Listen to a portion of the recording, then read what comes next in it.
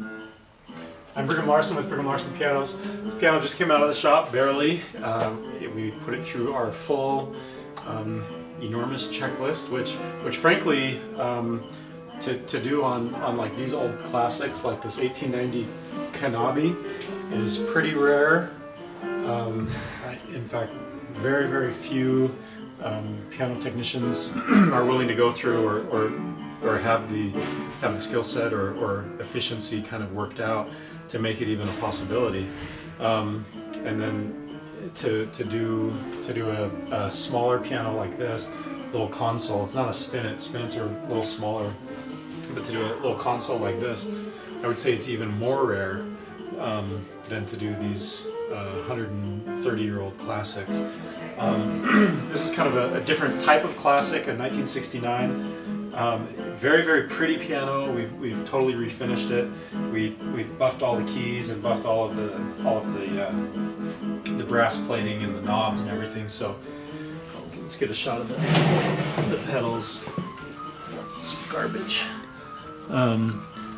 So cosmetically, this piano is gorgeous. And here's the bench, a matching bench, which also is fairly uncommon. The legs on the bench match the legs on the piano. So not only have we refinished it and polished all of that and the key tops and everything, we've also actually the lion's share of our work was on the guts. So we do everything. It's very, very thorough to ensure that every last little detail is attended to. Of course, a piano is like a chain where it's only as strong as its weakest link.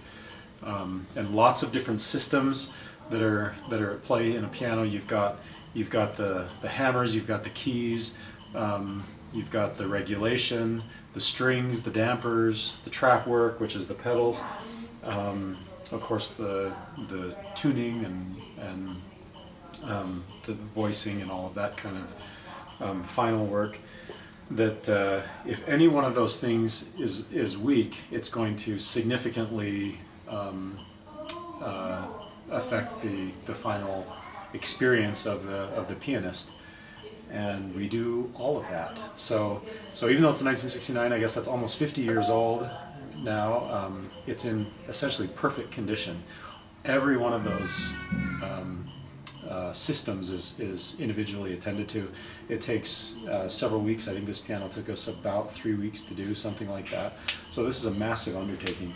So on the hammers, for example, we reshape them, align them, repin all of the hammer butts.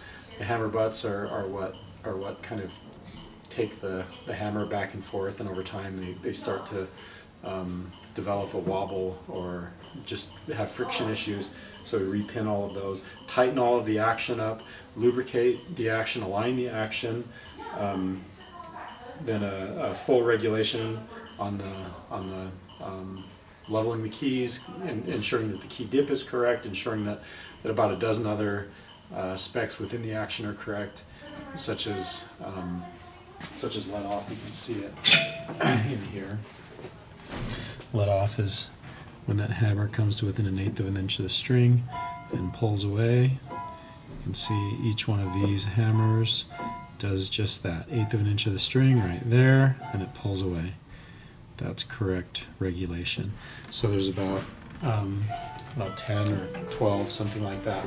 Other procedures that we do to ensure that the touch is absolutely perfect.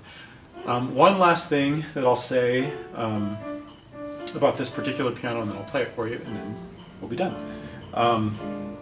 And that is that I would even wager that this piano is in better condition now than when it was brand new, and here's why. A smaller piano like this, it's a good piano. It was well built, but it wasn't a one-off masterpiece like a lot of these beautiful old pianos that in today's dollars are something like $35,000, $40,000, $45,000. This was a kind of a working man's piano, meant to be good, meant to serve a family for a couple generations, but it wasn't meant to be a masterpiece. It was a kind of a factory assembly line kind of piano, and and I don't think that in that kind of setting that it could conceivably get the kind of attention that we are able to give it. I'm certain that this piano is in at least as good condition as it was when it was brand new, and possibly even better, likely even better.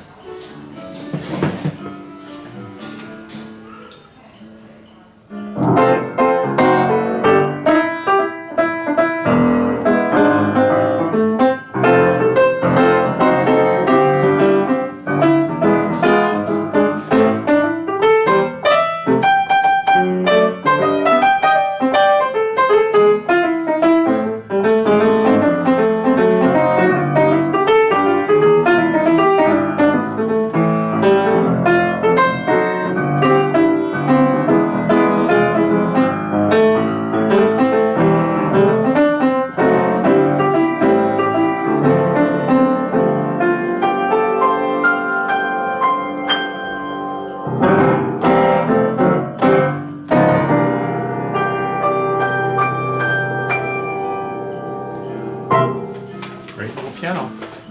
Come check it out for yourself, see what you think. The address here is 1497 South State Street in Orem, or you can call the store at 801-701-0113. Thanks for watching.